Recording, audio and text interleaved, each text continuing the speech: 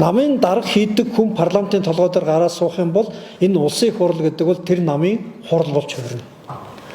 Улсын их хурл нэг намын хурл болох юм бол социализм үеийн нам төр нэг гэдэг энэ зарчим буцаад амилна.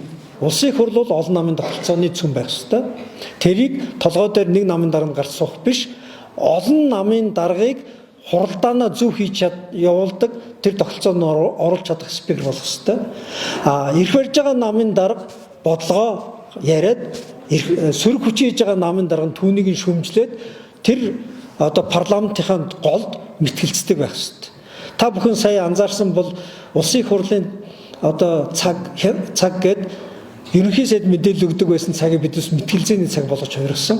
Хэрвээ энэ мэтгэлзээний цагийг амлиулъя гэвэл нэг намынхан дараа тэр мэтгэлзээнийг зохион байгуулад алхаваараа дээр суудаг биш, харин мэтгэлцэх нөгөө талд нь зогсож байдаг байх ёстой шүү дээ.